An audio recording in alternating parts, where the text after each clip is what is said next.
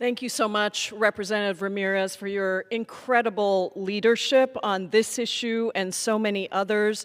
Thank you to the Congressional Progressive Caucus for the Special Order Hour and to the Hispanic Caucus for all the work that has been happening at this very, very serious moment in time.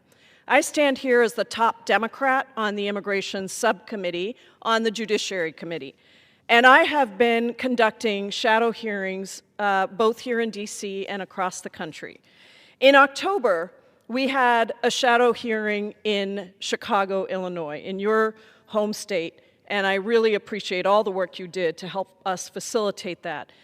We had 18 members of Congress from all over the country come to that shadow hearing, and it was the largest act of congressional immigration oversight since Donald Trump took office. What we heard was alarming, and I have worked in this space for a very long time. Border Patrol Commander Gregory Bovino and his rogue immigration agents are terrorizing everyone, regardless of immigration status. We heard from an active duty service member, someone who has put his life on the line for this country, heartbroken because he had to fly back to this country because his father had been deported, was gone before he even got back from his deployment. And he said, I have put my life on the line for this country, and my father, who has done nothing wrong, was deported. It was outrageous. On Halloween weekend alone, Bovino deployed tear gas in a residential neighborhood as children were gathering for a Halloween parade. Border Patrol agents dragged a 67-year-old U.S. citizen from his car, breaking 6 of his ribs, while children in Halloween costumes watched in horror. And what was his crime? Turning down a street to get home. That's what he did. Bovino then went south to Charlotte, North Carolina, to continue his reign of terror. Masked agents raided a church. Charlotte-Mecklenburg school records showed that over 27,000 students were absent the first school day following Border Patrol's arrival in the city. One U.S. citizen reported Border Patrol tried to arrest him twice within 5 minutes. And in my home state of Washington, we've seen green card holders taken, people who have lived in the United States for decades with deep roots in our communities, and U.S. citizen family members.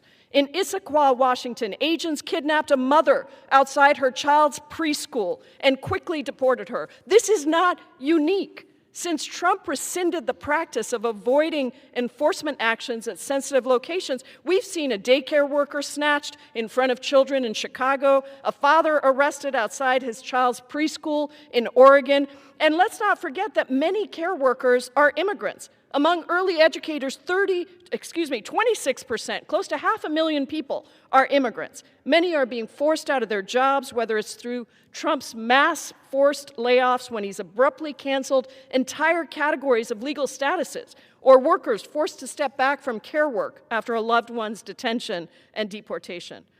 Trump's assault on our communities is not possible without the U.S. immigration incarceration system.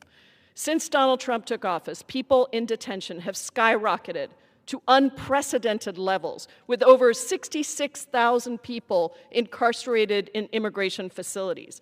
ICE plans to increase its capacity to detain to an average of 107,000 people by the end of the year, using $45 billion that was in the Republicans' big bad betrayal bill.